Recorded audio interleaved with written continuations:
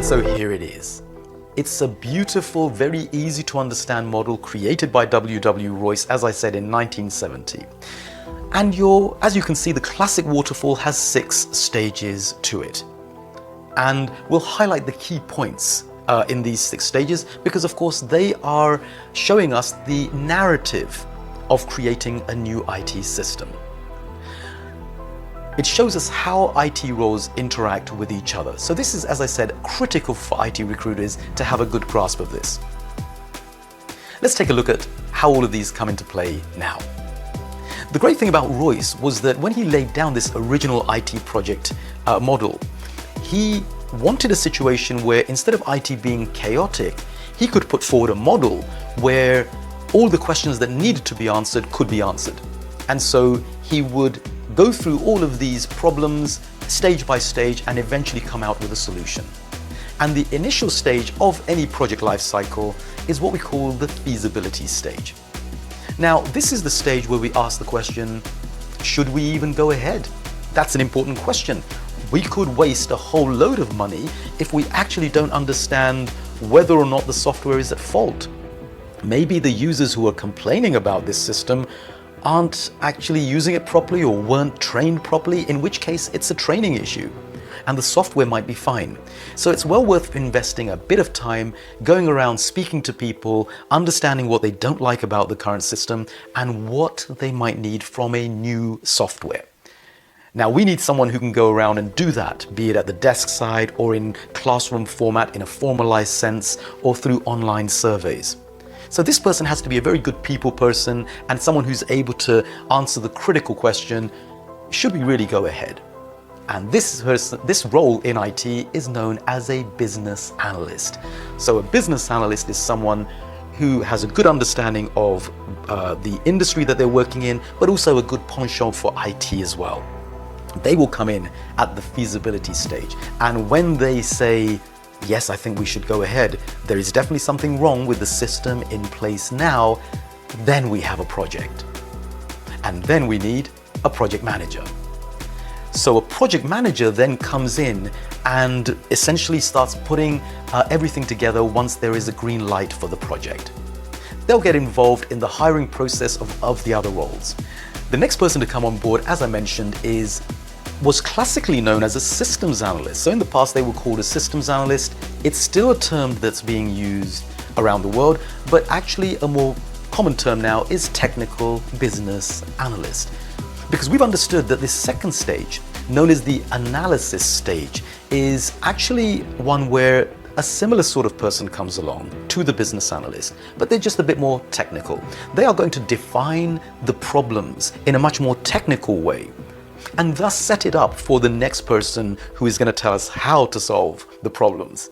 So again, the analyst shouldn't really be involved in the problem solving to a nut and bolt level, but they will give you an overview as to the sort of solutions that might be good for this particular situation. So the next stage in our waterfall model is the analysis stage, and the person who comes on here is the technical business analyst. Now, they might even be, if you're lucky, the same person who did the feasibility. So there is a lot of worth today in business analysts becoming more technical so that they can get involved in 2 layers of the project. So that makes sense. And for you as an IT recruiter, it means that you are able to sell in someone who's got 2 for the price of 1, essentially, because they've got more technical skills as well as just the original people skills. So just to summarize, any of these analysts are people who have their good technical fluency, but they need to be very personable. They're tech savvy, but not overly technical. The analysts tend to have some background in IT, but they won't have to have a deep knowledge of technology in terms of hands-on implementation. It's really important for the analyst to have an understanding of the industry they're dealing with as well. So this is very sector specific. You wouldn't propose a business analyst who's been specialist in the pharmaceutical industry to then go and do analysis for maybe the recruitment sector or maybe the financial industries sector, because they wouldn't understand the terms. They will spend time speaking to the end user and they will be able to document all their findings in a clear and concise way, so they need to understand the industry. Now, what are the deliverables of these two stages? Well, the first stage, after the BA has gone around and spoken to the users and understood what they've said, they will put all their findings into a document, and that document will be called the User Requirements Document. It has other names as well. But generally, here's a document that has collated all the information they found. Now, it's a document that you and I could read. It's written in prose, not too much technology in there.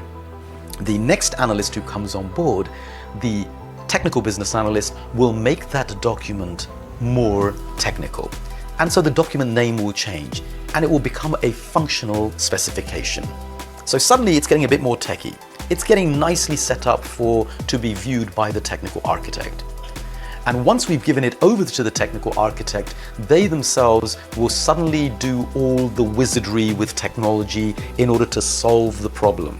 So the technical architect comes in at the design phase of your project lifecycle, and they will tell us how to actually solve this problem, which technologies to use, and the blueprint of how to create this new system. The document that they will end up with is the technical specification. So the technical spec will have enough detail in there to be able to tell programmers and database developers and network engineers exactly how to lay down the new system.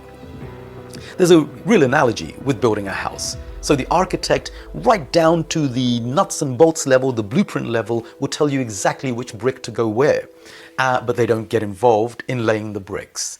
The programmers and the engineers within IT do what is required in accordance with what the technical architect has laid down in that technical spec.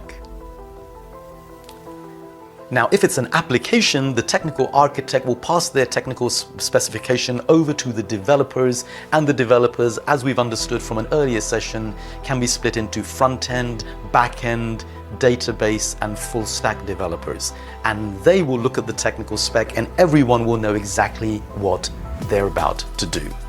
So you can see it's a lovely logical flow as you go down the waterfall model. The developers get everything ready for you and me, the user. But of course, just before we use it and deploy it into the user base, we need to test it. Enter the software testers.